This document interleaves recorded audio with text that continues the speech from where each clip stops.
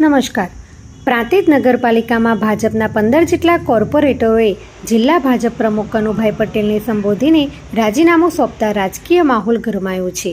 રાજીનામા પત્રમાં નગરપાલિકા પ્રમુખ તથા તેમના પતિ સામે અવ્યવહાર અને મનમાની તેમજ કથિત ભ્રષ્ટાચારના ગંભીર આક્ષેપો કરવામાં આવ્યા હોવાનું જાણવા મળ્યું છે.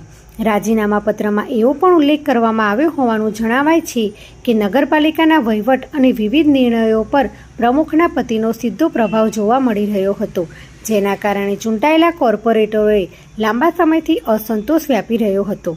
અંતે અસંતોષ ચરમસીમાએ પહોંચતા 15 જેટલા કોર્પોરેટરોએ સામૂહિક રાજીનામું આપવાનો નિર્ણય લીધો હોવાનું ચર્ચાઈ રહ્યું છે.